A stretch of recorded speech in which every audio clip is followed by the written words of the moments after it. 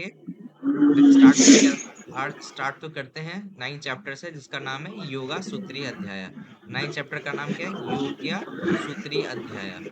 ठीक है, योग्य सूत्री क्या है? मतलब इसमें क्या है ना कि मतलब आप कोई भी प्रोसीजर कर रहे हैं ना, मान लीजिए छेदन भेदन लेखन कोई भी प्रोसीजर कर रहे हैं, तो वैसे नहीं है कि आप जाके डायरेक्टली किसी मतलब लाइव पर्सन पे करके आइए। उसके पहले ट्रायल करना होता है ना, जैसे हम क्या करते थे, डमी पे करते थे। हम एनाटॉमी की जो हमारी क्लासेस होती थी, क्या करता है, मृत बॉडी होती है तो उसपे हम कुछ सीखते थे, इंसिजन एक्ससाइजन। तो वैसा ही उसके लिए यहाँ पे एक चैप्टर आया है, योग्य सूत्री अध्याय। तो इसमें किस चीज पे कौन सा कर्म करना उसके बारे में बोला गया है, ठीक है। तो देखते हैं, बहुत छोटा सा चैप्टर है, पर कभी कभी एक दो क्वेश्चन अड़ जाते हैं यहाँ से। अब इसके आगे योग्य सूत्री अध्याय का वर्णन करेंगे, जैसा कि भगवान धन्वंतरि ने सुश्रुत में कहा था। हिंदी देखते हैं इसमें क्या कह रहे हैं, कि सर्व शास्त्र को परिशिष्ट को भी योग्य करवानी चाहिए। मतलब योग्य वही है कि प्रत्यक्ष कर्म अभ्यास करवानी चाहिए। जो भी स्नेहन स्वेदन वमन विरेचन तथा छेदन भेदन वेदन आदि शस्त्र कर्म में कर्मण्य का मतलब मार्गदर्शन का उपदेश करें, अच्छी प्रकार से अनेक शास्त्रों का श्रवण। कह रहा है कि सिर्फ आप पढ़ लीजिएगा तो कोई फायदा नहीं है, जब तक प्रैक्टिकल नहीं कीजिएगा। माइक को म्यूट कर दीजिएगा विशाल। हाँ, वही कह रहे हैं कि प्रैक्टिकल करना जरूरी है इंसान के लिए। अगर आप सिर्फ शास्त्र को पढ़ते रहिएगा तो वो बेनिफिट नहीं करेगा। यही इस चैप्टर का इंपॉर्टेंस है कि सिर्फ शास्त्र मत पढ़िए, आप योग्य कर्म भी सीखिए, मतलब प्रोसीजर भी सीखिए। और स्टार्ट कहाँ से कीजिए, जहां से अभी चैप्टर में बताएंगे कि हाँ, छेदन किसमें करना, वेदन किसमें करना। अच्छी प्रकार से अनेक शास्त्रों को श्रवण किया हुआ भी शिष्य जो होता है, यदि योग्य को ना सीखा हो तो वो प्रत्यक्ष कर्म में अयोग्य होता है। ठीक है, तो इसलिए हमें प्रैक्टिकल करना चाहिए। तो सबसे पहले क्या है, अब देखते हैं। हिंदी भी देखेंगे, श्लोक वाला भी देखेंगे। योग्य अथवा प्रत्यक्ष कर्म अभ्यास के लिए पुष्प फल देख लेते हैं। पुष्प फल, अलाबू, कालिंदक, त्रपुष, एवारुक। ठीक है, तो ये चार पांच चीजें आई है। पुष्प फल, अलाबू, कालिंद, सब देखिए तरबूज खरबूज जैसे चीजें हैं। पुष्प फल कद्दू जैसा है। कालिंदक, त्रपुष, एवारुक जैसे खीरा और ककड़ी। इसमें क्या कह रहा है, इसमें क्या करना है, छेदन कर्म सीखना है। और उत्कर्तन परिकर्तन भी इसी में सीखना है। तो तीन कर्म आपको किस में सीखने हैं? पुष्प फल अलाबू, कालिंदक, त्रपुष, त्रपुष एवारू। हिंदी देख लेते हैं, वही चीज है। पुष्प फल मतलब कोहड़ा में, अलाबू में लौकी, कालिंदक तरबूज में, त्रपुष खीरा, एवारू ककरू आदि पदार्थों में छेद आदि ने छेदन क्रम की विशेषता का अभ्यास करना चाहिए। तथा उत्कर्तन और परिकर्तन, उत्कर्तन का मतलब ऊर्ध्वछेद और परिकर्तन का मतलब अर्धछेद, ये भी यहीं पे करना चाहिए। तो यहाँ पे पांच जो प्लांट्स, ये फ्रूट्स के नाम आए, ये फ्रूट्स ही है। उनपे जो क्या करना है, इसमें छेदन कम करना है। तो ये थोड़ा सा याद रखिएगा कि पुष्प फल, अलाबू, कालिंदक, त्रपुस, एवारुक, इस पे हमें छेदन कम करना है। उसके बाद क्या कह रहा है, धृति, बस्ती। धृति मतलब मशक, मतलब ऐसा ही ब्लैडर की तरह होता है ये भी। बस्ती और प्रसेवक। प्रसेवक जो चर्मनित भाड़, जैसे जो पक्षी होती है ना, उसमें जो पक्षी का जो पार्ट होता है वहां पे ना, जो कलेक्शन, आप बस याद रखिए कि मांस का एक छोटा सा टुकड़ा होता है, ठीक है ना। तो उसमें क्या करना है, धृति, बस्ती और प्रसेवक, तो तीन चीजें, धृति, बस्ती और प्रसेवक को जल और कीचड़ से भरकर इन पर वेधन कर्म का अभ्यास करना चाहिए। तो पहला छेदन कर्म का अभ्यास के लिए उन्होंने बोल दिया, अलाबु हो गया, पुष्पफल हो गया, त्रपुष हो गया आदि। और अगर हमें भेदन कर्म करना है तो धृति, बस्ती और प्रसेवक में करना चाहिए। और उसमें क्या डालना चाहिए, जल और कीचड़। भेदन किस में करते हैं, मान लीजिए किसी में पस आ जाता है, तो मान लीजिए उसमें पस आ गया है, तो उसके पस की जगह इन्होंने क्या कर दिया, जल और कीचड़ को भर दिया है। और उसमें बोल रहे हैं कि भैया इसमें तुम वेदन कर्म सीखो। फिर क्या करा है, विस्तृत और बालदार चमड़े चमड़े पर लेखन कर्म का अभ्यास करना चाहिए। लेखन कर्म मतलब छिलना, जैसे हम करते हैं ना। तो किसमें कह रहे हैं कि मान लीजिए बहुत ज्यादा हेयर्स हो, उसमें कह रहा है सरोमानी चर्म अनख्याते लिखस्य। हिंदी ही देखिए, कि जहाँ पे बहुत सारे विस्तृत जो फैले हुए हैं और बालदार चमड़े पर हमें लेखन कर्म का अभ्यास करना चाहिए। मृत पशुओं की सिराओं तथा कमर नालों पे वेधन कर्म करना चाहिए। पंक्चर जिसको कहते हैं ना, हम कहते हैं ना, इस मृत जो मरे हुए पशु होते हैं उनकी जो वेन्स है, उनके ऊपर, और कमर नाल, जो कमल की डांट होती है ना, जो कमल का वो निकलता है, क्या वो बोलते हैं, फूल निकलता है, और उसकी जो डंडी होती है, उस पे क्या बोल रहे हैं, वेदन कर्म करने के लिए। तो अभी हमने छेदन का आ गया, भेदन का आ गया, लेखन का भी आ गया, और वेदन का भी आ गया। तो चार कर्म के बारे में बता दिया उन्होंने। जैसे छेदन के लिए उन्होंने बोल दिया जो भी फ्रूट्स रिलेटेड थे, अलाबू, तरबूज, ये सब। फिर वेदन के लिए बोल दिया बस्ती, प्रसेवक और धृति। लेखन के लिए बोल दिया जहाँ पे हेयर्स, जो भी मांस पे ज्यादा हेयर्स या फिर बाल है उसके ऊपर।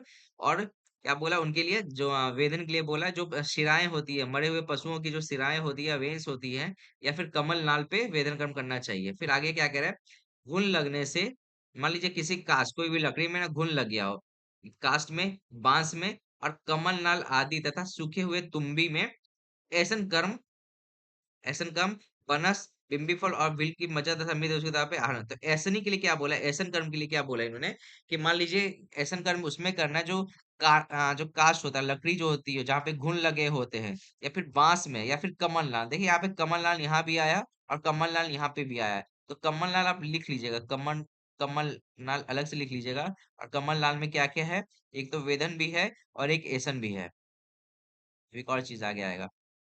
कमल नाल मतलब कमल का जो डांट होता है उसमें क्या करना है, हमें वेदन भी करना है और ऐसन कर्म भी करना है, ठीक है। तो इसका श्लोक हम देखते क्या लिख रहे हैं। अभी तो देख लिया हमने, मृत्यु पशु में क्या करना, उत्पल नाल में, उत्पल नाल में हमें वेदन का, उत्पल नाल मतलब वही है कमल का जो डंडी है उसके ऊपर वेदन कम करना है। फिर गुण उपहत काष्ठ वेणु नल नलिका सूक्ष्म अलाबो, सूखे हुए तुम्बी में क्या करना है हमें, ऐसन कम करना है। अब कह रहा है पनस, बिंबी फल और मृत पशु दंत, जो मरे हुए पशु के दांत होते हैं, मरे हुए पशु के वेन में क्या करना है, मरे हुए पशु के वेन मतलब कि उसमें मरे हुए पशु के वेन्स में क्या करना है, हमें वेदन कम करना है। वेन्स में वेदन कम करना है, यहाँ पे आया था ना, मरे हुए पशु की सिराओं में वेदन कम करिए। लेकिन मरे हुए पशु के दांत के लिए क्या बोला गया अभी देखते हैं।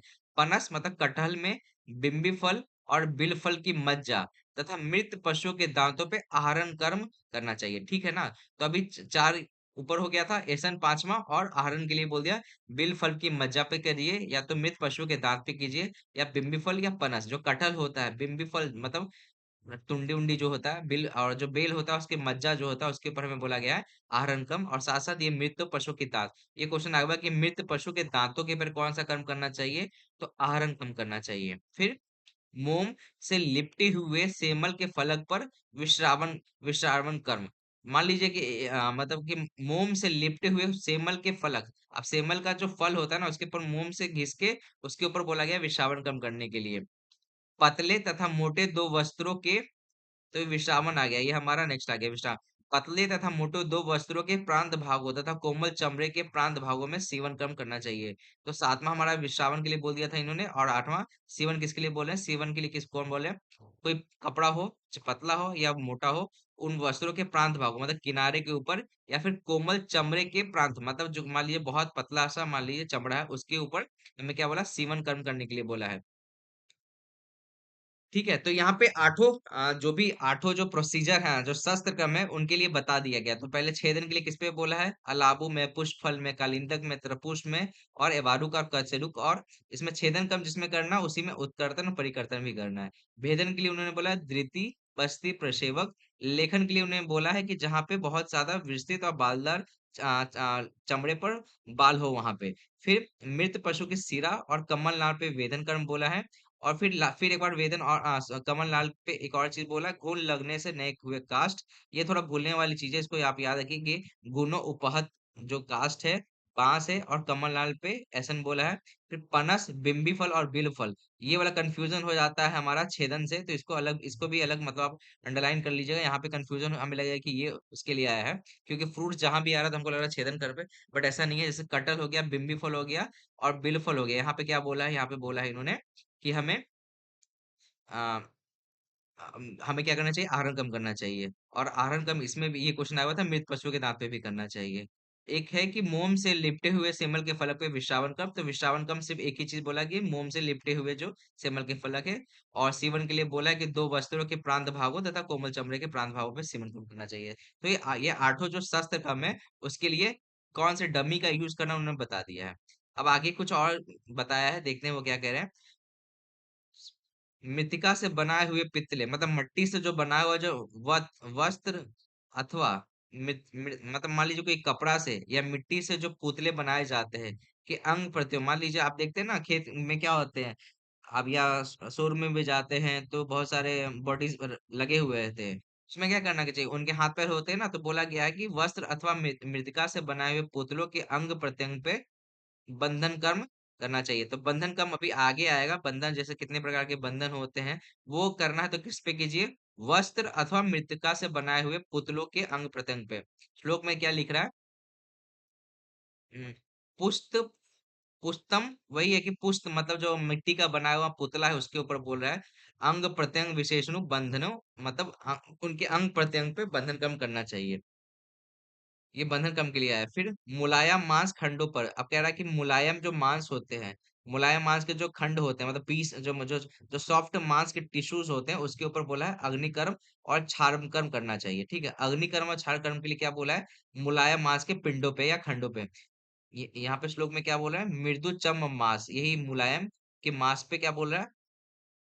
मृदु चम माल पेशी उत्पन्न नालीसु च कर्ण संधि मंदिर। अरे यहाँ पे लगता है श्लोक में गड़बड़ हो गया। ये सही। ठीक है, ये हिंदी वाला ही देखते हैं, पहले रुक जाइए। हाँ, मुलायम मांस के खंडों पे अग्निकर्म और क्षारकर्म तथा मुलायम चर्म मांसपेशियों और कमल नालों के, हाँ ये ठीक है ठीक है, ये लाइन स्किप हो गया था। ये वाला आप लोग को यहाँ तक समझ में आया ना, आठों कर्म। फिर हिंदी में ही देखिए, एक लाइन श्लोक में शायद मिस है वहां पे, हिंदी का ही याद रखिएगा कि हाँ, वस्त्र और अथवा मृत्तिका से बनाए हुए पुतलों पे बंधन कम करना है। मुलायम मांस खंडों पर अग्निकर्म और क्षारकर्म करना है। तथा मुलायम मुलायम चर्म, मुलायम जो चर्म है, स्किन्स है या मांसपेशी है और कमल नालों के ऊपर कर्ण संधि बंधन का अभ्यास करना चाहिए। मैंने बोला था ना कमल नाल एक जगह और आएगा, तो यहाँ कमल नाल जहाँ पे आपने लिखा था वहां पे आप तीन चीज लिख लीजिएगा। इसका कर्म वेदन कर्म में भी है, एसन कर्म में भी है, वेदन में भी है, फिर एसन में भी है, और किस में भी है, और कर्ण संधि बंधन में भी है। वी के याद के लिए थोड़ा सा याद रहेगा। वेदन, एसन और कर्ण संधि बंधन में भी है। तो कर्ण संधि बंधन किस किस पे करना है? मुलायम चर्म, मांसपेशी और कमल नाल के ऊपर। इसी प्रकार जल से भरे हुए घड़े के पार्श्व क्षेत्र में, मान लीजिए कोई एक घड़ा है, ऐसा कोई घड़ा है, ऐसा तो नहीं हुआ घड़ा, और इसके ऊपर साइड में इसके ऊपर मान लीजिए एक छोटा सा छिद्र है, तो इसके ऊपर क्या बोला गया है? इसी प्रकार से जल से भरे हुए घड़े के पार्श्व छिद्र में तथा तुम्बी के मुख आदि में नेत्र का प्रवेश, मतलब बस्ती नेत्र का प्रवेश करना। मान लीजिए आपको किसी को वो करना, बस्ती देना है, तो उसके ऊपर बस्ती नेत्र डालिएगा ना, उसी के लिए क्या बोला गया है कि आप मिट्टी के घड़े घड़े के ऊपर मान लीजिए किसी में पार्षद छिद्र है, उसी पर ट्राई कीजिए, या फिर तुम्बी के मुख में ये करना चाहिए। और वर्ण बस्ती कर्म की शिक्षा देनी चाहिए। तो जो भी बस्ती वाला है उसको बोल दिया गया है कि घरे के पास स्थित या तुम्बी के मुख आदि नेत्र में प्रवेश सीखना चाहिए। तो पहले तो इन्होंने 8 बता दिए शस्त्र कम, उसके बाद फिर कुछ बताया बंधन कम किस पे करना है। तो बंधन कम के लिए उन्होंने बोला है कि जो भी अंग प्रत्यंग है मिट्टी के बनाए हुए जो पुतले होते हैं उसके ऊपर सीख लीजिए। मुलायम मांस अगर मुलायम मांस का जो टिश्यूज है या खंड है उसके ऊपर अग्नि और क्षारकम सीख लीजिए। उसी प्रकार मुलायम चर्म, मांसपेशी और कमल नालों के पर कर्ण संधि बंधन का भी अभ्यास सीख लीजिए। और मान लीजिए कोई घड़ा है जिसके ऊपर पार्श्व में छेद है, तो उसके ऊपर आप वर्ण बस्ती कर्म या फिर बस्ती कर्म सीख लीजिए।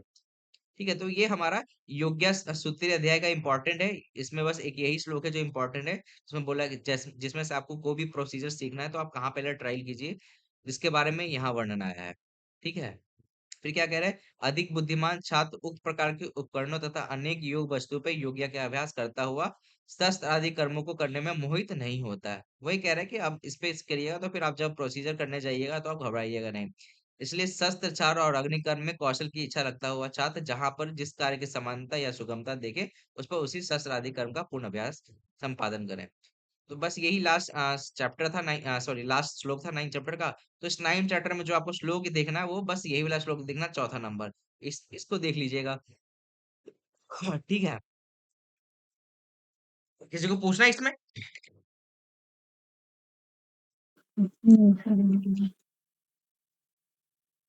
ठीक है, तो ये 9 चैप्टर था।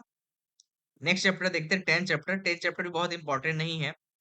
चैप्टर का नाम बस याद रखिए, विशिखा अनुप्रवेशनीय अध्याय।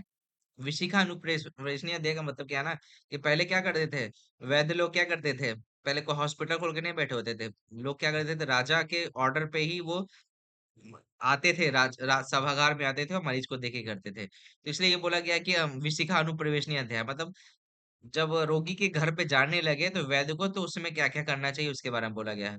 बहुत ही अनइम्पोर्टेंट चैप्टर है, उतना कुछ ध्यान देने वाली बातें नहीं है। इसमें बस एक बात ध्यान यहाँ देना है, षड्विधो ही रोगा नाम विज्ञान उपायो, ये श्लोक अंडरलाइन कीजिए कि रोग को जानने के लिए, जैसे चरक ने क्या बोला था, आप तो और प्रत्यक्ष और क्या बोला था, तीन चीज बोला है ना, प्रदेश अनुमान और प्रत्यक्ष। युक्ति। तो रोग को जानने के विज्ञान कितने हैं? तो ये षड्विध है। क्या क्या है? पंच अभि, श्रोताभि और प्रश्नेन्द्रिय इति। मतलब कि क्या है? पंच अभि मतलब जो स्रोत है, जो हमारी इंद्रिय हैं पांच, वो और प्लस प्रश्न पूछ के। तो यहाँ पे देखते हैं रोगों के जानने के लिए छह उपाय हैं। जैसे स्रोत, स्रोत, नेत्र, नासिका, जीवा, तथा चौथा, ये जो पांच हमारे ऑर्गन्स है, और प्रश्न, ये छह तरीके से हम रोग को जान सकते हैं। जैसे स्रोत, कान से हम सुन के, नेत्र से देख कर, नासिका उसको सूंघ कर, जीवा उसको रस ज्ञान के द्वारा, और त्वचा के द्वारा, ठीक है, स्पर्श से। और लास्ट क्या है? प्रश्न को करके जान सकते हैं रोग। तो रोग के जानने के उपाय सुश्रुत ने कितने बोले हैं? कोई बताएगा? यहाँ पे छह बोले, और चरक ने कितने बोले? तीन बोले हैं। 3 मिनट। जी। तो यही इस चैप्टर का इम्पोर्टेंट था कि रोग मतलब सुश्रुत के अनुसार अगर रोगों के बारे में जानना है तो छह तरीके से जाना जा सकता है। बाकी स्रोत, नेत्र से क्या क्या जानना है वो आप चरक में अच्छे से आया हुआ है। इसको हिंदी में पढ़िएगा तो आपको चीजें समझ में आएगी कि हाँ, किसमें कौन सा साउंड आ रहा है, किसमें क्या आ रहा है। तो इसको भी देखने की जरूरत नहीं है। आगे हम देखते हैं। इम्पोर्टेंट चैप्टर नहीं है, बस ये जो मैंने श्लोक अंडरलाइन किया था वही इम्पोर्टेंट था। फिर क्या कह रहा है कि इस तरह रोगी और रोग की परीक्षा ठीक तरह से करके, श्लोक नंबर 7 में है, इस तरह रोगी और रोग की परीक्षा ठीक तरह से करके साध्य रोगी की चिकित्सा द्वारा ठीक करें। मतलब अगर मान लो आपको पता चल गया कि साध्य रोग है तो उसको चिकित्सा द्वारा ठीक करें, या फिर रोगों को भेषज द्वारा निवारित करें, अर्थात उनसे रोगी को कष्ट न होने से दे, तथा असाध्य रोगी की चिकित्सा ना करें। देखिए सुश्रुत ने भी बोल दिया कि भैया असाध्य रोग जैसे हिंदी में पता चलता है उसको ठीक मत करो। विशाल, आप फिर से गाना बज रहा है आपके यहाँ। ठीक है, तो असाध्य रोगों की चिकित्सा मना क्यों चरक ने भी की है और सुश्रुत ने भी की है। फिर भी आजकल सब लोग अपने आप को बहुत टैलेंटेड मानते हैं और सोच कहते हैं कि हम इस बीमारी को ठीक ही कर देंगे। पर सुश्रुत और चरक ने बहुत क्लियरली कह दिया था भैया मत करो। आगे एक लाइन इंपॉर्टेंट है कि जो रोग 1 वर्ष के पुराने हो, मान लीजिए आप जब हिस्ट्री लेते हैं और बोलता है कि भैया मुझे ना 1 साल से ज्वर हो रहा है, तो उसके लिए सुश्रुत ने क्या बोला कि जो रोग 1 वर्ष के पुराने हो उनकी प्राय मतलब हर बार नहीं, में भी कह रहे हैं कि उनकी प्राय चिकित्सा नहीं करनी चाहिए, क्योंकि वो करी करी असाध्य हो जाते हैं। तो ये क्वेश्चन आपसे पूछ सकते हैं कि अकॉर्डिंग टू सुश्रुत कि कौन से रोग जो है असाध्य कितने वर्ष में रोग असाध्य हो जाते हैं? तो आपको याद रखना कि 1 वर्ष में, ठीक है, परिसंवत्सरा, ये याद रखिएगा कि 1 वर्ष में जो भी बीमारी ठीक नहीं हो रहा है तो सुश्रुत उसको बोलते हैं कि असाध्य हो गया है और वो ठीक नहीं हो सकता है। तो इस चैप्टर का 2 श्लोक मैंने बताया कि रोग को जानने के उपाय 6 तरीके हैं, और 1 साल बाद जो रोग होते हैं वो असाध्य हो जाया करते हैं, और असाध्य रोग की चिकित्सा नहीं करनी चाहिए। अब फिर कह रहे हैं कि उक्त कुछ लोगों में क्या होता है कि साध्य व्याधियां भी होती है, फिर भी वो दुचिकित्सीय होती है, जैसे वेद पाठी, राजा, स्त्री, बाल, वृद्धा, डरपोक, राजवेद, दुर्बल व्यक्ति में। इनमें साध्य बीमारियां भी क्या होती है ना, जो गुस्सा करते हैं, कंजूस। तो इनमें बोला गया है कि ऐसे लोग में ना जो साध्य बीमारी है ना वो भी कष्ट साध्य हो जाते हैं। तो कुछ एग्जाम मान लीजिए कि बीमारी तो बहुत हल्का है, लेकिन जो डरपोक है, जो दुर्बल है, जो कमजोर है, स्त्री को भी बोल दिया इन्होंने, राजा को भी बोल दिया, बच्चों को भी बोल दिया है, और क्या बोला है? वैद अभिमानी, जो वैद ना होकर भी अपने आप को वैद बता रहे हैं। व्याधि जो जैसे बहुत सारे पेशेंट आते हैं और बताते नहीं अपने बारे, डिटेलिंग नहीं बताते, व्याधि छिपाने वाले, इसलिए कहते हैं ना कि जब हिस्ट्री लेते हैं तो पेशेंट को बोलते हैं कि आप जितनी सारी चीजें सब कुछ बताइएगा। तो जो ऐसा व्यक्ति नहीं करते तो वो क्या होता है, वो अपने व्याधि को छुपाते हैं, तो इसलिए कि उनकी जो साध्य बीमारियां भी होती है वो कष्ट साध्य हो जाती है। ऐसा विचार कर जो वैद्य रोग की चिकित्सा प्रारंभ करता है वो धर्म, अर्थ, काम और यश को प्राप्त करा करता है। देखिए, अगर चरक ने क्या बोला है कि भैया तुम जो चिकित्सा करो मानव समाज के लिए, सेवा के उद्देश्य से करो। लेकिन सुश्रुत ने बोला है कि अगर आप चिकित्सा कर रहे हो तो आपको क्या बेनिफिट मिल रहा है? धर्म मिल रहा है, आपको अर्थ मिल रहा है, मतलब आपको पैसा भी मिल रहा है। लेकिन चरक ने ऐसा नहीं बोला। चरक ने बोल रहा है कि भैया तुम्हें पैसा मिले या नहीं मिले, लेकिन तुम्हें, चरक का भी श्लोक है, वो आप पता नहीं कहीं आया होगा सूत्र स्थान में, लेकिन पैसे जो सुश्रुत ने बोला कि आपको पैसे की भी प्राप्ति होती है, तो इसलिए आप ये सब जान के पैसे कमाने के लिए भी कर सकते हैं। क्योंकि ये शल्य वाले हैं ना, तो शल्य वाले थोड़ा ज्यादा कमाते थे, इसलिए उन्होंने बोल दिया कि धर्म, अर्थ, काम और यश को प्राप्त करता है। ये आपके एग्जाम बेस्ड नहीं है, ऐसे ही बता रहा हूँ, आपके एग्जाम बेस्ड ये चैप्टर का 2 ही था जो ऊपर आ चुका है। बस ये करिए कि हाँ, इससे धर्म, अर्थ, काम और यश की प्राप्ति होती है। फिर बाकी है कि और भी कहा है कि स्त्रियों के साथ एक आसन पर अथवा पास में सट कर बैठना, उनके साथ रहना तथा हंसी मजाक करना वर्जित करना चाहिए। वैद्यों के द्वारा अन्न के अतिरिक्त उनसे दी हुई किसी अन्य वस्तु को ग्रहण नहीं करना चाहिए। ये सब जाने दीजिए।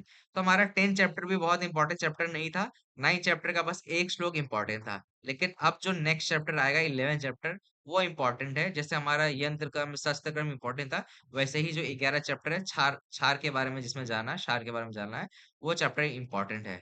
ठीक है। तो 10 को आप एक एक दो श्लोक है उसको बस देखिएगा, और 9 वाले में बस एक श्लोक देखिएगा, लेकिन 11 वाले में इंपॉर्टेंट है, इसको देखिएगा अच्छे से। अभी है टाइम, हम ले लेंगे अच्छे से, हो जाएगा आधे घंटे में। ठीक है। तो 11 चैप्टर का नाम क्या है? क्षार पाक विधि अध्याय है। अब क्या यही कि शस्त्र और अनुशस्त्र क्षार प्रधानतम। अब यही कह रहे हैं कि शस्त्र में तथा अणुशस्त्रों में क्षार अधिक प्रधान माना गया है। मैंने आपको लिखवाया था ना कि अणुशस्त्र में क्षार प्रधान होता है, तो वो यहीं से था। अणुशस्त्र में जलों का प्रधान होता है, ये किसने बोला है? ये बोला है आचार्य चरक ने, और वो कहाँ पे आया है? अग्र प्रकरण के चैप्टर में आया है, 25वें चैप्टर में वहां पे आया है। लेकिन अणुशस्त्र में प्रधान क्षार किसने बोला? सुश्रुत ने बोला है। और सुश्रुत ने शस्त्र और अणुशस्त्र में क्षार को प्रधान मान दिया। ठीक है। क्योंकि क्यों कहा गया कि ये सबसे बेस्ट है? क्यों? क्योंकि छेदन वेदन लेखन करना, ये छेदन भी करता है, भेदन भी। एक ही चीज है जो छेदन भी करता है, वेदन भी करता है और लेखन भी करता है। और त्रिदोषवाद मतलब त्रिदोष गगनवाद मतलब क्या करता है? त्रिदोष को खत्म करता है। मतलब ऐसा नहीं है कि सिर्फ वात को खत्म करा, पित्त को खत्म करा और कफ को करा, ये त्रिदोष अग्न है। और विशेष क्रिया अवचरणाद, विशेष क्रिया अवचरणाद क्या है वो नेक्स्ट श्लोक में आएगा। तो शस्त्र इसमें क्या इंपॉर्टेंट था? शस्त्र और अनुशस्त्र में क्षार को प्रधान बोला गया है, क्योंकि छह भेले मतलब छेदन भेदन लेखन करता है। त्रिदोषज्ञ ये बहुत इंपॉर्टेंट है कि ये त्रिदोष नाशक होता है। और बहुत सारे अलग अलग कार्यों को करता है, बहुत सारे अलग अलग कार्यों को क्या करता है वो आगे आएगा भी। ये श्लोक अंडरलाइन कर लीजिएगा। तत् क्षणात छन्न द्वार छार। ये पूछा गया है कि ये श्लोक मतलब ये श्लोक डाल दिया गया था, बोला था इसको, इसका मेंशन किसने किया है? तो आज इसका मेंशन किसने किया? आचार्य सुश्रुत ने किया है। जो छार के बारे में क्या बोला है? तत्र क्षणात छन्नाद द्वारा छार। क्या है? दूषित मांस आदि के क्षरण मतलब काटने से, तथा त्वचा मांस आदि का छनन हिंसन करने से क्षार कहलाता है। तो क्षार को क्षार क्यों कह रहे हैं, इसके बारे में ये डिफिनेशन आया है। तत्र क्षणात छन्नाद द्वारा क्षार। ठीक है, तो ये अंडरलाइन कर लीजिएगा। ये किसको किसने कहा है? सुश्रुत ने कहा है। ये भी इंपॉर्टेंट था। दूषित मांस आदि के क्षरण और छनन कारण से इसको क्षरण, तत् क्षरण और छनन, छनन करता है इसलिए इसको क्षार कहते हैं। फिर यह क्षार अनेक औषधियों के संयोग से बनता है।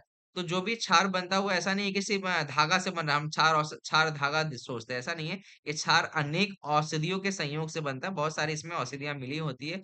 अतः एवं त्रिदोष नाशक होता है, ये हमको पहले ही पता चल गया। और वर्ण में कैसा होता है? वर्ण में श्वेत होने से ये सौम्य है। किंतु मतलब ऐसा, अब क्या ये वाला जो लाइन था ना, ये वाला कि विशेष क्रिया अवचरणार्थ, इसी के बारे में यहाँ पे मेंशन किया गया है कि ये वर्ण में तो श्वेत है, श्वेत होने से क्या होगा? सौम्य होगा। पर स्वयं सौम्य का मतलब शीतल होगा, लेकिन फिर भी सौम्य होने के बाद भी क्या काम करता है? दहन पाचन धारण की शक्ति विद्यमान होती है। मतलब कि सौम्य होने के स्वभाव होने के बाद भी ये हमारी बॉडी में दहन पचन करता है। क्योंकि यह क्षार आग्नेय औषधियों के द्वारा, क्योंकि अभी ऊपर आया ना कि क्षार क्या होता है? बहुत सारे औषधियों के संयोग से बनता है। तो वही बोला गया, क्योंकि ये जो क्षार है आग्नेय औषधियों के द्वारा बनने से। अब पूछा जाएगा रस में कैसा होता है? कटु होता है। वीर्य में क्या होता है? उष्ण होता है। और गुण में कैसा होता है? तीक्ष्ण होता है। व्रण शोथ आदि का पाचक, गुल्म आदि का विलायक, दुष्ट वर्णों का शोधक, शुद्ध वर्णों का रोपण करता। व्रणों की अब देखिए कहाँ कहाँ यूज कर सकते हैं। मान लीजिए किसी के बॉडी में व्रण है, तो व्रण का पाचन कर सकता है। मान लीजिए किसी का गुल्म है तो उसका विलयन कर सकता है। मान लीजिए कि किसी का व्रण क्या हो गया? दुष्ट हो चुका, तो उसमें शोधन भी कर सकता है। और मान लीजिए जिसका व्रण हो चुका है उसमें हीलिंग भी कर सकता है। इसलिए देखते हैं मतलब कि फिस्टुला वगैरह में सब काम करता है, उसका छनन भी करता है और उसका हीलिंग भी करता है। व्रणों की किलिनता का शोषक भी है। रक्त अतिस्राव का स्तंभक भी है। कठिन उन्नत मांस आदि का लेखक, कृमि, आमदोष, कफ और कुष्ठ, विष और मेद आदि का नाशक है। तथा इसे अधिक मात्रा में सेवन करने से, तो ये याद रखिए जो मैंने अभी ये 4 लाइन अंडरलाइन की कि त्रिदोष नाशक है। वर्ण में श्वेत होने से सौम्य है, किंतु सौम्य स्वभाव होने से भी दहन पाचन करता है।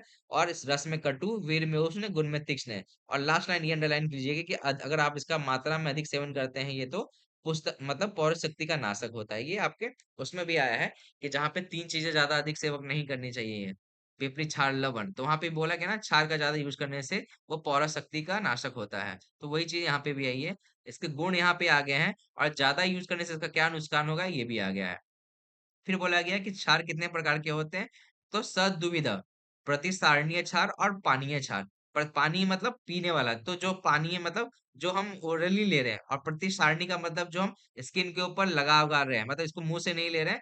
जो भी स्किन डिजीजेस हो रही है उसमें जैसे घाव व्रण व्रण बन रहा है उसमें प्रतानीय क्षार का यूज कर रहे हैं। और पानीय जब हम इसको ओरली ले रहे हैं, तो इस प्रकार से दो प्रकार के क्षार होते हैं, प्रतिसारणीय और पानीय। प्रतिसारणीय व्रण आदि पर छिड़कना, और पानीय यकृत गुल्म में पीना। वैसे ये क्षार दो प्रकार का होता है। वही कह रहा है कि अष्टांग संग्रह में इसको बाह्य परिमार्जन और अंत परिमार्जन के बेस से भी डिवाइड कर दिया गया है। अब आगे देखते हैं तत्र प्रतिसारणीय। अब जो प्रतिसारणीय क्या होता है, उसको बाहर के रूप में यूज करना, वही परिमार्जन। तो वही परिमार्जन किस में यूज करेंगे? जो भी स्किन डिसऑर्डर होंगे, तो वही देखिए इसमें बहुत सारे एग्जांपल दिए गए हैं। आप बस एक कॉमन सा कॉन्सेप्ट याद कर लीजिए कि प्रतिसारणीय किस में है, स्किन डिसऑर्डर में, ठीक है, स्किन वाले में। जो भी त्वचा रिलेटेड बीमारी है उसमें यूज कर रहे हैं। तो जैसे तत्र प्रतिशानी किस किस में, कुष्ठ में, किटिम में, फिर दद्रु में, मंडल में, सब क्या है, सब कुष्ठ के प्रकार के हैं। और कुष्ठ कहाँ पे होते हैं? सब हमारे स्किन में होते हैं। किलास में, भगंदर में, भगंदर थोड़ा सा इसको कर लीजिएगा कि भगंदर लगेगा कि स्किन की डिसऑर्डर नहीं है, लेकिन भगंदर स्किन डिसऑर्डर है। स्किन डिसऑर्डर नहीं मतलब एक्सटर्नल वाला है। फिर अर्बुद, अर्श में, दुष्ट व्रण में, नाड़ी, चर्म कील, तिल, कलक, न्यक्ष, वेदन, व्यंग, ये सब जो भी है। और बाह्य विदद्री, बाह्य विदद्री मतलब बाहर स्किन के बाहर जो विदद्री हो रही है। क्रीमी में, क्रीमी और विष, मतलब अभी मैं बताऊंगा क्रीमी विष क्यों अंडरलाइन कराया हूँ, क्योंकि ये दोनों जगह आया। फिर 7 प्रकार के मुख रोग में, ऐसे सात सात मुख रोगों में क्षार का प्रयोग करते हैं। तो 7 प्रकार के मुख रोगों में उपजीवा, अधिजीवा, जो भी यहाँ पे आप पहले याद कर लीजिए जितने भी स्किन डिसऑर्डर उसमें यूज करते हैं। बाकी भगंदर को अंडरलाइन कर लीजिएगा। दुष्टवर्ण, नाड़ी, चर्म के लिए सब जो सब है, ये क्या है, सब स्किन डिसऑर्डर है। बाह्य आ गया तो मतलब एक्सटर्नल यूज है, तो प्रतिशानी का यूज करेंगे। क्रीमी वाला अंडरलाइन कर लीजिएगा, विष वाला अंडरलाइन कर लीजिएगा। फिर क्या करें, सप्ते मुख में कितने, 7 प्रकार के मुख रोगों में कौन कौन से, उपजीवा, अधिजीवा, उपकुश, दंत वेदर और 3 प्रकार के रोहिणी। ये सब मुख रोग आएगा भी हमारा। तो वहां निदान स्थान में आएगा, तो वहां पे आया हुआ कितने प्रकार के मुख रोग देते हो, तो उसमें 7 प्रकार के मुख रोगों में हमें यूज करना है क्षार का। इन रोगों में अनुशस का उपयोग, मतलब वही कि प्रतिसारणीय क्षार का उपयोग बोला गया है। और फिर कह रहा पानी है जो भी इंटरनल बीमारी है। गर मतलब क्या होता है, कृत्रिम विष, विष, गुल्म, अग्निसंग, अजीन, अरोचक, अनाश, शर्करा, अस्मरी, अभ्यंतर विदग्ध, कृमि, विष और अर्श, इन रोगों में इसका होता है। तो देखिए कोई बीमारी है, जैसे कृमि है, विष है, अर्श है और अश्मरी है। तो ये देखिए ये दो तीन चार बीमारियां हैं। आप लिख लीजिएगा, कृमि, विष, अर्श। इसमें प्रतिष्ठानीय और पाणिनीय दोनों क्षार का यूज करना है। कृमि, विष और अर्श, लिख रहे हैं आप लोग? क्रीमी, ये है ना यस तीनों। सर। क्रीमी, विष और अर्श, ये ऐसे बीमारी है जिसमें हमें प्रतिसारणीय और पाननीय क्षार दोनों का यूज करना है। अश्मेरी क्या है, अश्मेरी स्टोन है ना, तो इंटरनल स्टोन है, तो इसमें हमें क्या पानीय क्षार यूज करना है। तो प्रतिष्ठानीय जो भी एक्सटर्नल चीजें हैं, और साथ साथ 7 प्रकार के मुख रोगों में हो गया। और पाननीय जो भी जो पेट से रिलेटेड प्रॉब्लम है, गुल्म है, उदर रोग है, अग्नि अग्नि मतलब कि अग्निमंद है, अजीर्ण है, अरुचि है, अनाह है, शर्करा मतलब किसी को वो हो गया है, स्टोन हो गया है, अस्मरी, अभ्यंतर भी है। अभ्यंतर आते ही हमको ध्यान रहेगा कि अभ्यंतर मतलब इंटरनल है, तो हमें पानी अच्छा यूज करना है। फिर बाकी क्रीमी, विष और अर्श, ये 3 डिजीज है जिसमें दोनों यूज करना है। यहाँ पे भी देखिए आया था, मैंने इसलिए बोला था क्रीमी है, विष है और अर्श भी यहाँ पे आया था। भगंदर, अर्बुद, अर्श, ये आया था ना। तो क्रीमी, विष, अर्श में दोनों चीज यूज करना, प्रतिसारणीय और पानी है। तो ये कौन से क्षार का उपयोग कहाँ कहाँ करना, ये आ गया है। फिर आगे है रक्त, पित्त, ज्वर। जो भी देखिए, अब जो भी पित्त प्रधान व्याधि है या पित्त प्रधान चीजें, वहां पे हमें क्षार का प्रयोग नहीं कर, वहां पे कौन सा क्षार का प्रयोग नहीं करना, पानी क्षार का। देखिए अभी आ गया रक्त, पित्त, ज्वरित, ज्वर से पित्त प्रकृति वाले, बाल, जो बच्चे हैं, वृद्ध हैं और दुर्बल तथा भ्रम, मद, मूर्छा और तिमिर रोगों में यह पानीय क्षार अहितकारी है। मतलब कि जो भी जो ओरल हम दे रहे हैं क्षार, उसको किस किस में नहीं देना है। रक्त पित्त में, ज्वर में, पित्त प्रकृति में, फिर जो बच्चे होते हैं, जो बूढ़े होते हैं और जो दुर्बल होते हैं, और जो अब जो कि भ्रम में, मद में, मूर्छा में और तिमिर इंपॉर्टेंट है कि तिमिर रोग में भी हमें पानीय क्षार का उपयोग नहीं करना। अभी और भी आगे आएगा किस किस में क्षार का उपयोग नहीं करना है, वो नॉर्मल, वो सब क्षार के लिए है। बट यहाँ पे इन्होंने स्पेशली बोलिया पानीय क्षार इनमें मत यूज कीजिए, जो रक्त पित्त के रोगी हैं, जो ज्वर के रोगी हैं, पित्त प्रकृति वाले हैं। तो ये 4-5 जो चीजें हैं, इसमें हमें पानीय क्षार का उपयोग नहीं करना है।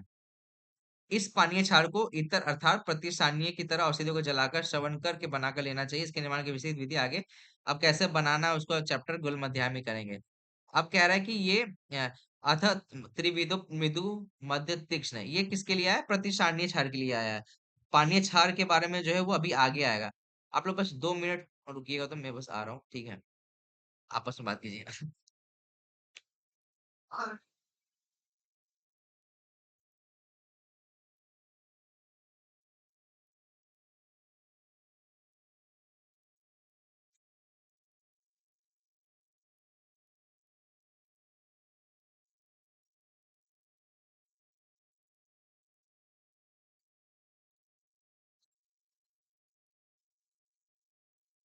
हेलो, ठीक है, आवाज आ रही है?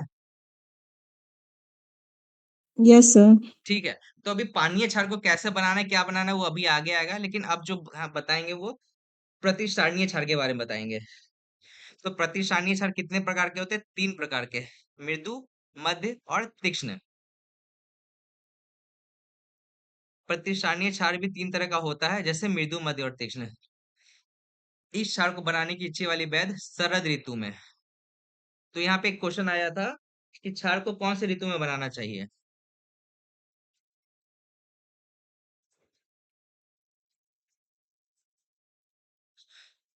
कोई बोला ही नहीं। शरद ऋतु में। हाँ, तो आपके सामने है। तो प्रतिष्ठानीय क्षार 3 तरह का होता है, मृदु, मध्य और तीक्ष्ण। और इसको बनाना कब है? शरद ऋतु में। बाकी क्या है, उत्तम दिन जानकर ये सब जाने दीजिए, इसका कोई इंपॉर्टेंट नहीं है।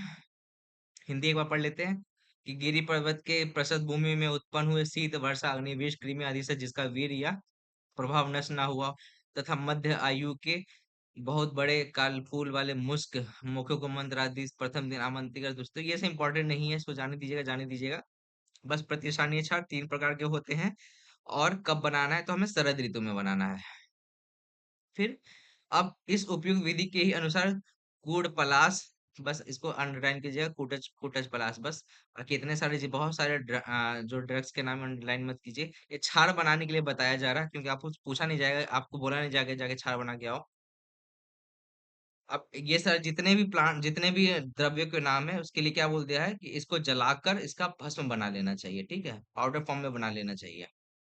फिर इस तरह जलाने के बाद जो भस्म है रूपी क्षार को एक द्रोण, अब जो भी मान लीजिए कि जो भस्म बना है उसको एक द्रोण लेना है और उसको 6 द्रोण पानी में घोल देना है, ठीक है। तो क्षार को, जो क्षार का हमने पाउडर भस्म बनाया है, वो उसको लेना, उसको कितना लेना है, 1 द्रोण लेना है। और उसको क्या करना है, उसको 6 द्रोण पानी में डाल देना है। तो मतलब अब क्या करना है कि क्षार को कितने, क्षार को क्षार उदक बनाने के लिए क्या कर रहे हैं, 6 गुना पानी ले रहे हैं ना। 1 द्रोण क्षार है और 6 द्रोण कितना है, पानी है। यदि क्षार तेज बनाना हो, मान लीजिए आपको लगता है कि क्षार को थोड़ा सा तेज बनाना है, तो पानी की जगह, जैसे यहाँ पे बोल रहा है ना 6 द्रोण पानी लेना है, तो उसकी जगह क्या कर लीजिए आप, मूत्र ले लीजिए, गो आदि का मूत्र ले लें। उसमें घोलकर 21 बार बस से उस पानी को छान लेना चाहिए। इस बात को समझिए कि पहले क्या किया इन्होंने, बहुत सारा ड्रग्स लिया और ड्रग्स का क्या क्या भस्म बनाया। अब भस्म को क्या किया, अब भस्म को लेकर एक एक द्रोण भस्म को 6 द्रोण पानी में घोल लिया है, ठीक है। अभी अभी पूरा क्षार बनाने की विधि चल रही है। तो भस्म को क्या करके भस्म को 6 द्रोण पानी में घोल लिया है। अगर आपको मन कर रहा है कि नहीं यार थोड़ा क्षार को हम तीक्ष्ण तेज बनाए, तो आप पानी की जगह मूत्र यूज कर लीजिए, ठीक है, यही इसमें कह रहे हैं। और उसको क्या करना है, उसमें घोलने के बाद फिर क्या करना है, इसको 21 बार वस्त्र से छान लेना चाहिए। फिर कितने बार वस्त्र से छानना, आपने जैसे घोल बनाया ना, ये घोल बनाया आपने, उसके बाद फिर इसको छानना है कितने बार, 21 बार। किससे, वस्त्र से। ये पूरा प्रोसीजर बता रहे हैं, 21 बार। फिर एक बड़ी कढ़ाई में कलछी से धीरे धीरे चलाते हुए उस क्षार पानी को, अब क्या करना, अब उसको क्या करना, जो भी आपने उसको क्या करना, उसको उबालते रहिए, उसको क्षार पानी का पाचन करना चाहिए। पकाते पकाते जब वो निर्मल लाल रंग का तीक्ष्ण और पिच्छल दिखाई देने, तब कढ़ाई को उतारकर मोटे कपड़े से।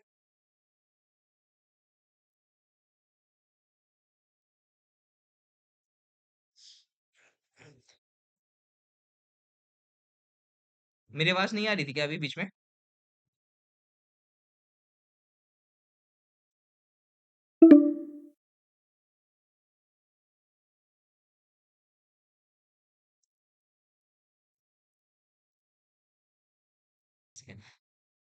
प्रतिष्ठानीय क्षार कितने प्रकार के होते?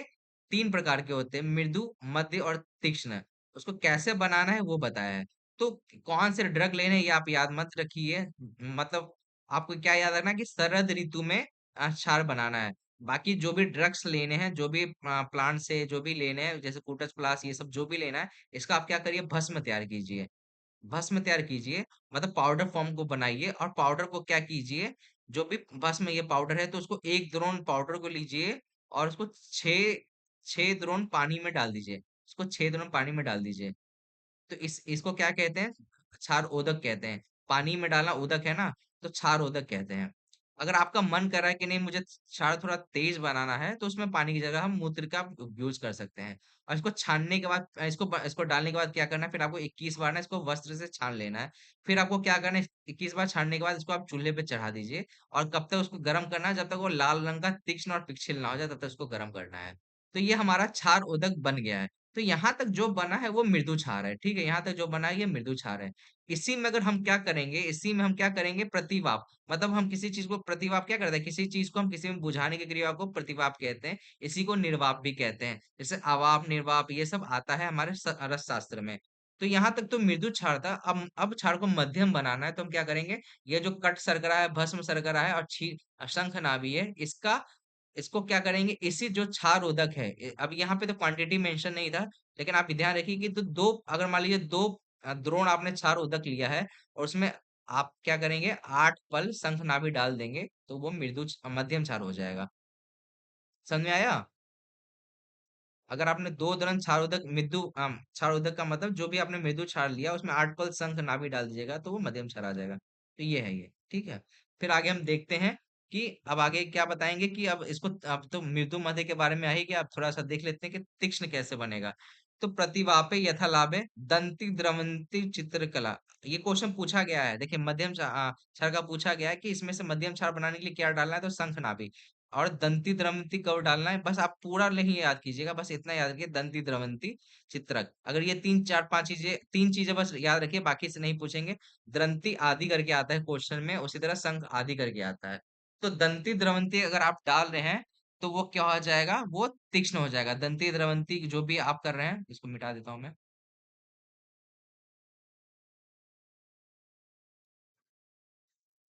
तो इस तरह कट शर्करा प्रतिवाप के साथ साथ दंती आदि का जो भी प्रतिवाप देकर जो पकाया जाता है, उसे तीक्ष्ण क्षार कहते हैं, और उसका दूसरा नाम पाक्य है। तो जैसे मृदु क्षार का नाम क्या था, सवयूहम। सवयूहम जो नाम था, ये किसका नाम है, मृदु क्षार का। उसी तरह जो हमारा तीक्ष्ण क्षार है, उसका नाम क्या है, पाक्य है। तो इसके दो नाम हो गए, तीक्ष्ण क्षार के पाक्य और तीक्ष्ण। उसी तरह मृदु क्षार के भी दो नाम है, सव्यूहम और मृदु। तो ये सिनोनिम भी पूछे गए हैं कि पाक्य किसको कहते हैं, तो आपको याद रखना है, पाक्य उसको कहते हैं, तीक्ष्ण क्षार को कहते हैं, और सव्यूहम किसको कहते हैं, वो मृदु क्षार को कहते हैं। ठीक है, आगे देखते हैं। मृदु, मध्य और तीक्ष्ण, इन तीन प्रकार के क्षारों में से जैसा रोग, अब कैसा आपने बना लिया है, तो आपके दिमाग होना चाहिए, ऐसा नहीं कि तीक्ष्ण क्षार, अगर रोगी कमजोर है तो उसमें आप तीक्ष्ण क्षार यूज कीजिए। आप ध्यान रखिए कि रोग और रोगी के बारे में, अच्छे प्रकार को बल के बारे में जानकर उस पर यूज करना, यही बोला, तेषाम यथा व्याधि बलम उपयोग गया। ठीक है। जिस क्षार का बल क्षीण हो गया हो, मान लीजिए कि कोई क्षार है जो आपने बहुत पहले बनाया हो, बहुत पुराना हो गया है, तो ये कह रहे जिस क्षार का बल क्षीण हो गया हो, अर्थात अधिक समय तक पड़ा रहने से, मान लीजिए हीन औषधि के कारण क्षार अब क्या हो गया, बहुत दिन से पड़ा हुआ है, तो क्या हो गया, पुराना हो गया हो, तो मृदु हो गया होगा। तो उसमें रोग नाशक तीक्ष्ण, अब मान लीजिए, लेकिन आपको चाहिए कि नहीं यार उसको ठीक से, उसको फिर से उसको तीक्ष्ण बनाना है, तो उसको क्या करें, पुनः क्षार जल डालकर पाक करना चाहिए। तो ये बोला गया है कि मान लीजिए कि आपने कोई क्षार बनाया था, लेकिन वो बहुत समय बीत चुका है और वो खराब हो रहा है या मृदु हो रहा है, तो उसको आपको तीक्ष्ण बनाना है, तो क्या कीजिए, फिर से वही क्षार जल लीजिए, उसी में डाल के पाक कर लीजिए। ये भी इंपॉर्टेंट नहीं है, ये वाला इम्पोर्टेंट, ये वाला जो इम्पोर्टेंट था कि हाँ, इसमें से इम्पोर्टेंट ये था कि संघ, ये वाला इम्पोर्टेंट था कि भस्म जो डाल रहे हैं, कट कट शर्करा वाला भस्म और शंख नाभि वाला, और कितने में, तो उसमें मध्यम हो रहा है, तीक्ष्ण कैसे हो रहा है। अब आ गया क्षार के गुण। तो न अति तीक्ष्ण, मतलब ना ज्यादा तीक्ष्ण ना अति मृदु। तो क्षार के गुण कितने हैं, अष्ट गुण है।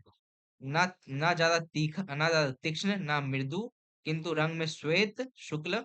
अगर पूछा जाए कि क्षार का रंग कैसा होता है, तो शुक्ल होता है। सलक्षण, पिच्छिल, अविस्यंदी, शिव। शिव किसका गुण है, देखिए शिव किसका गुण है, क्षार का गुण है। शीघ्र, क्षारो अष्ट गुण स्पृत। तो क्षार के गुण कितने हो गए, 8 हो गए। फिर आगे क्या है, क्षार के दोष। तो आप लिख लीजिएगा क्षार के गुण और दोष। क्षार के गुण कितने हैं, 8 है, और दोष कितने हैं, 9 है, ये लिख लीजिएगा। क्षार के गुण 8 है और दोष कितने हैं, 9 है। 8 गुण तो मैंने दिखा दिया कि नाति तीक्ष्ण न मृदु, शुक्ल सलक्ष्ण पिच्छिल अविष्यंदी शिव शीघ्र। ये है क्षार के 8 गुण। अब क्या है, क्षार के दोष। क्षार के दोष कितने हैं, 9 है। अधिक मान लीजिए क्षार अधिक मृदु है, अधिक श्वेत है, अधिक, अब जो भी है सब कुछ अधिक अधिक है। मुलायम तो है लेकिन बहुत ज्यादा मुलायम है। श्वेत तो है लेकिन बहुत ज्यादा श्वेत है। अति उष्ण है तो बहुत ज्यादा उष्ण है। अधिक तीक्ष्ण है, अधिक पिच्छिल, अधिक फैलने वाला, अधिक सांद्र, पूर्ण ना पका हुआ, और जिसमें शास्त्रोक्त औषधियां सब नहीं पड़ी हो। मान लीजिए आपने बनाया तो है, लेकिन जितना भी इन्होंने अभी तक दवाइयां मेंशन किया है ड्रग्स को डालने के लिए, अगर उसको भी नहीं डाला है तो क्या हो गया, वो दोष युक्त है। तो आप इसको काउंट कीजिएगा तो टोटल 9 हो जाते हैं। तो आप क्षार के दोष कितना बगल में लिख लीजिएगा, 9, और गुण कितने हैं, 8। अब कह रहा है कि अब कैसे पता चलेगा कि जो क्षार बनाया है वो तीक्ष्ण है कि कैसा है। तो क्या कर दीजिए कि आप कोई भी क्षार लगाने के बाद ना आप उसकी काउंटिंग कीजिए। अब कहाँ लगाना है कि एरंड नाल लीजिए, जो एरंड होता है ना, एरंड का जो पेड़ होता है उसका जो डंठल होता है उसको लीजिए, और उस पे क्या कीजिए, उसको लगा दीजिए, उसका लेप लगा लीजिए। और 100 तक गिनती करने पर अगर एरंड नाल जलाने वाला, अगर मान लीजिए 100, अगर आप 100 तक काउंटिंग कर रहे हैं और ये नाल क्या होता है, जल जाता है, तो समझिए कि वो तीक्ष्ण क्षार बना है, ठीक है। 100 गिनती के पूर्व ही जलाने वाला, मान लीजिए 100 गिनती से पहले ही जल गया, इसका मतलब क्या होगा, बहुत तीक्ष्ण होगा ना। तो 100 गिनती तक, अगर मान लीजिए 100 तक गिनती करने पर वो, मान लीजिए यहाँ पे करते करते 100 तक पहुंच चुके हैं आप, तो वो तीक्ष्ण है। लेकिन 100 गिनती के पहले ही वो जल गया है तो वो क्या हो जाएगा, मतलब बहुत ज्यादा तीक्ष्ण होगा, तभी तो वो जला देगा, तो अति तीक्ष्ण है। और 100 गिनती के बाद तक भी एरंडाल को जलाने में समर्थ ना हो तो वो अति मृदु जानो। तो आपको टेस्टिंग करनी है। और टेस्टिंग कैसे करनी है, आपको एरंड ना लेना है, उसके ऊपर क्षार का क्या करना है, लेप लगाना है। लेप लगाने के बाद आप ये देखिए कि अगर 100 तक काउंटिंग कीजिए, अगर 100 तक काउंटिंग, अगर 100 काउंटिंग आते आते वो एरंडाल जल गया तो आप समझिए कि जो हमने क्षार बनाया था तीक्ष्ण था। लेकिन 100 के पहले ही बन गया है, इसका मतलब वो अति तीक्ष्ण है। और 100 के बाद बन रहा है तो अति मृदु है। देखिए यहाँ पे ना मृदु के बारे में बोला गया, ना मध्यम के बारे में बोला गया, यहाँ अति मृदु, अति तीक्ष्ण और सिर्फ तीक्ष्ण के बारे में बोला गया है। तो यहाँ कंफ्यूज मत होइएगा कि 100 के बाद हो रहा है तो मृदु होगा, नहीं, ये अति मृदु होगा। और 100 से पहले हो रहा है तो इसका मतलब ये नहीं कि तीक्ष्ण होगा, ये अति तीक्ष्ण है। 100 तक हमको लगता है ना कि 100 तक है तो इसका मतलब क्या होगा, मध्यम होगा, ऐसा नहीं है। 100 तक है तो मतलब वो तीक्ष्ण है, 100 के पहले हो गया तो अति तीक्ष्ण है, और 100 के बाद है तो अति मृदु। ठीक है, आगे देखते हैं। छाछ से ठीक होने वाले एक रोगी को बात तथा धूप रहित चौड़े स्थान में बिठाकर, अब ये इतना इंपॉर्टेंट नहीं है, अग्रोपरण अध्याय के अनुसार क्षार कम करने में भी समार को इकट्ठी कर ले तथा बाद में क्षार कर्म योग हटा दीजिए, इसको हटा लीजिए। तो अभी तक हमने देख लिया। और क्या करना चाहिए, क्षार लगाने के बाद हमें कितना वेट करना है, 100 तक वेट कीजिए, 100 तक गिनती लगा, ऐसा नहीं कि क्षार आपने लगाया उसको छोड़ देना है। बस 100 तक गिनती कीजिए, उससे ज्यादा उसको हटाना है। 100 तक गिनती बढ़ने तक निरीक्षण करना होता है, मतलब उसके बाद देखना है कि भैया वो जल तो नहीं रहा है, उसमें निकल तो नहीं रहा है। तो छाल लगाने के बाद आपको वेट कितना करना है, 100 काउंटिंग तक, यही है। फिर क्षार के प्रयोग से व्याधियां के दूर होने पे उस स्थान का, अब मान लीजिए कि आपको पता चला आपने क्षार लगा दिया है, तो आपको कैसे पता चलेगा कि ये क्षार दग्ध हो गया है, तो वही बोल रहा है क्षार के प्रयोग से व्याधि के दूर होने पे उस स्थान का कृष्ण हो जाना क्षार दर्श का लक्षण है।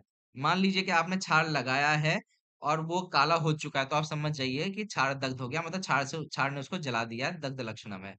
तो कैसा होना चाहिए, मान लीजिए जहां पे भी आपने लगाया है उसका वर्ण कैसा हो जाएगा, जो वर्ण है उसका कृष्ण हो जाएगा। तो क्षार के प्रयोग से व्याधियों के दूर करने पे उस स्थान का कृष्ण हो जाना ही क्षार दर्द का लक्षण है। कोई और लक्षण नहीं है, सिर्फ क्या है, काला हो जाना क्षार दर्द का लक्षण है। पर अब उसके बाद क्या हो गया, क्षार दग्ध हो गया ना, जल गया है, तो आप उसको शांत करिएगा ना, ऐसे छोड़ थोड़ी ना दीजिएगा। तो उसके बाद क्या कर लिया, क्षार दग्ध हो गया तो उसके बाद क्या करना है आपको, अम्ल वर्ग, अम्ल वर्ग की चीजें लेनी है, और मधु लेना है और सर्पी लेना है, उसको मिलाकर उसके ऊपर लेप लगा देना है। वही कह रहा है कि पश्चात उक्त स्थान पे जो भी सौवीरक और तुषादक क्या है, ये अम्ल वर्ग की औषधि है। अम्ल के द्रव्यों में घृत और मुलेठी को चूर्ण मिलाकर लगाने से अब क्या हुआ, दग्ध हो गया ना, तो जलन पीड़ा आदि दुख शांत हो जाते हैं। पहले आपने क्षार बनाया, क्षार को लगाया, क्षार को लगाने के बाद 100 तक गिनती कीजिए। 100 तक गिनती करने के बाद आप उस स्थान को देखिए, अगर वो लग रहा है कि वो कृष्ण हो चुका है तो आप समझ जाइए कि ये क्षार दग्ध के लक्षण है। और क्षार दग्ध होगा तो मतलब कि दग्ध हो गया, जल गया है, तो उसको उसको जल गया ना, तो उसको शांत करना, तो उस पे क्या लगाएंगे हम, अम्ल वर्ग की कोई भी चीजें ले लेंगे, जैसे तुषोदक ले लेंगे या थार्नियम ले लेंगे, उसी को घृत और मुलेठी का चूर्ण मिला देंगे। देखिए ये मधुक है, मधु नहीं है, मधु मतलब मुलेठी है ये। घृत और मुलेठी का चूर्ण मिलाकर लगाने से जलन पीड़ा आदि दुख शांत हो जाते हैं। तो यहाँ पे कैसे चला ये देखिए, प्रतिशानी पहले बनाया है, उसको फिर लगाया है, फिर लगाने के बाद उसको दस्त को लक्षण को देखा है, और उसके बाद दग्ध होने के बाद क्या लगाया है, इस सीक्वेंस में आप याद कीजिए। यदि रोग की जड़ स्थिर हो, जिसमें कि क्षारदक भाग विषय न हो, तो वक्षमान औषधियों का सर्वलेप वहां छोड़ दीजिए, इसको जाने दीजिए। अम्ल कांजी के बीच अर्थात उसके तल भाग में अवशेष किन्हीं द्रव्य अतिल अम्लरेटिंग समानुपात में लेकर क्षारदक के स्थान पर लेकर, वही कह रहा है कि वही जो क्षारदक पे किससे लेप करना आपने देख लिया है कि पहले तो ये क्षारदक के लेप के लिए उन्होंने बोल दिया है कि हाँ, घृत और मुलेठी और क्या करना चाहिए, अम्ल वर्ग की चीजें लेनी चाहिए। फिर आगे बोला है कि तिल और फिर अम्ल कांजी के बीच अर्थात उसके तल भाग में अवशेष किन्हीं द्रव्य तल और तिल और मुलेठी समान प्रमाण में लेकर पीसकर छादक पे स्थान पर लेप करें। तो या तो आप वो भी कर सकते हैं, या फिर घृत की जगह तिल ले लीजिए, बाकी अम्ल चीज है ही और मुलेठी है ही, इसके छादक के ऊपर लेप कर सकते हैं। इस लेप के प्रभाव से क्षार दग्ध भाग विषीर्ण हो जाता है और वहां व्रण बन जाता है, और व्रण पे तिलों का कल। अब देखिए, अब क्षार दग्ध होने के बाद क्या कीजिएगा, आप उसमें मान लीजिए आपने ये लगाया, तिल लगाया, मुलेठी का चूर्ण लगाया है, और क्या लगाया, अम्ल वाली चीजें घिसी हैं, तो क्षार दग्ध पे लेप कीजिए किया है, तो क्या हो जाएगा, वो भाग विषीर्ण हो जाता है, मतलब विषीर्ण फट जाता है। तो वहां पे क्या हो जाएगा, फटने के बाद व्रण बच जाएगा। अब उस व्रण को भी सुखाना है, तो उसके ऊपर तिल का कल्क और मुलेठी चूर्ण को घित के साथ पीसकर लगाने से उस व्रण का रोपण हो जाता है। अब उसी चीज को फिर से रोपण, अब क्योंकि व्रण बन गया, तो व्रण का रोपण करने के लिए तिल का किल, तो आप उसको ऐसे याद कीजिएगा कि क्षार दग्ध हुआ, क्षार दग्ध के बाद जो भी वहां पे जलन वलन हो रही है, तो उसमें अम्ल वर्ग, सर्पी और मधुक लगाना है, ठीक है। और उसके बाद क्या करना है, फिर अगर ऐसा नहीं कर रहे हैं, अगर ऐसा नहीं करें, तो एक प्रोसीजर ये कीजिए कि तिल लीजिए, मुलेठी लीजिए और अम्ल लीजिए, उसके ऊपर लेप लगा दीजिए। अगर आप ऐसा कीजिएगा तो हम पे व्रण बन जाएगा, और व्रण को सुखाने के लिए आप तिल का फिर से तिल का कल्प और मुलेठी को घृत के साथ पीस कर लगाने से उस व्रण का रोपण हो जाता है। आप इसमें से इतना नहीं पूछेगा, डीपली इतना नहीं जाएगा, बस आप याद रखिए कि हाँ, व्रण हो रहा, क्षार दग्ध के बाद क्या लगाना है, ये वाला याद कर लीजिएगा कि हम मुलेठी का चूर्ण और घृत और अम्लवर की चीज लगानी है।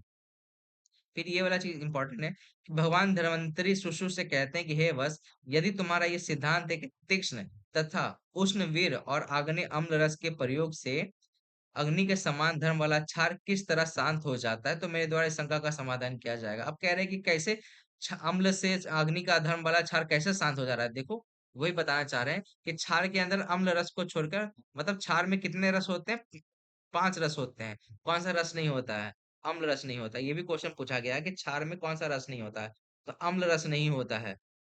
तो क्षार के अंदर अम्ल रस को छोड़कर सभी रस विद्यमान रहते हैं। क्षार में पांचों रस विद्यमान है, सिर्फ अम्ल रस नहीं है, ये याद रखिएगा।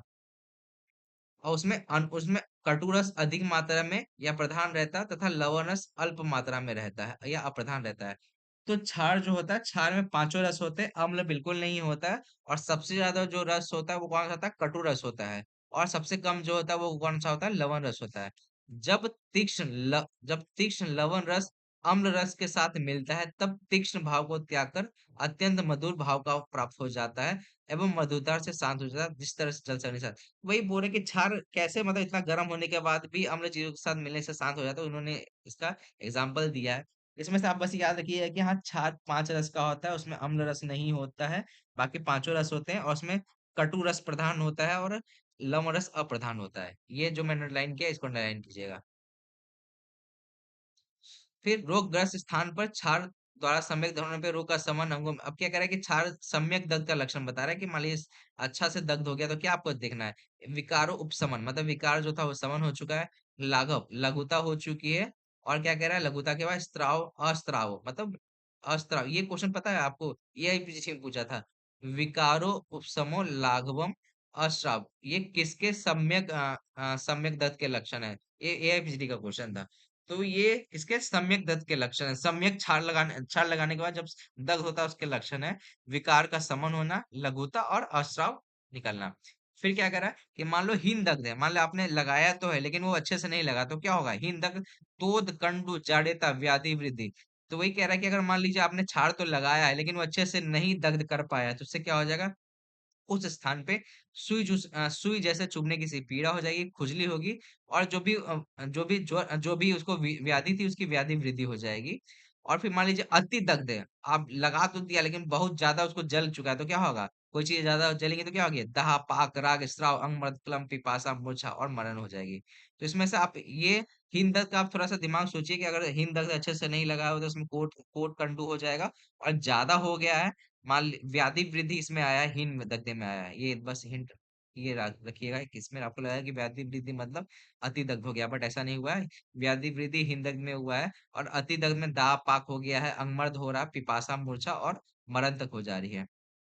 क्षारदक से उत्पन्न हुए व्रणों को दोष अनुसार तथा व्याधि के अनुसार ठीक उपचार करें। तो जान लीजिए, नीचे अब क्या रहा है, नीचे लिखे रोगियों में क्षार कम नहीं करना चाहिए। जैसे अभी ऊपर आया था कि पानीय क्षार किसमें नहीं करना चाहिए, जैसे डरपोक था, वृद्ध था, और क्या था, ज्वर में था, पित्त प्रकृति वाले में था, और क्या था, ज्वर में, पित्त प्रकृति वाले में, और रक्त में नहीं करना था। अब नॉर्मल क्षार के बारे में कहा गया कि किस में नहीं यूज करना है।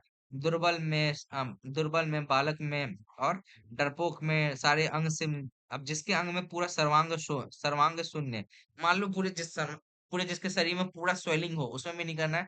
उदर रोगी में भी नहीं करना है। देखिए, उदर रोगी में, ये कौन से उदर रोगी में नहीं करना है, ये प्रतिष्ठानीय क्षार के बारे में आ रहा है, ठीक है।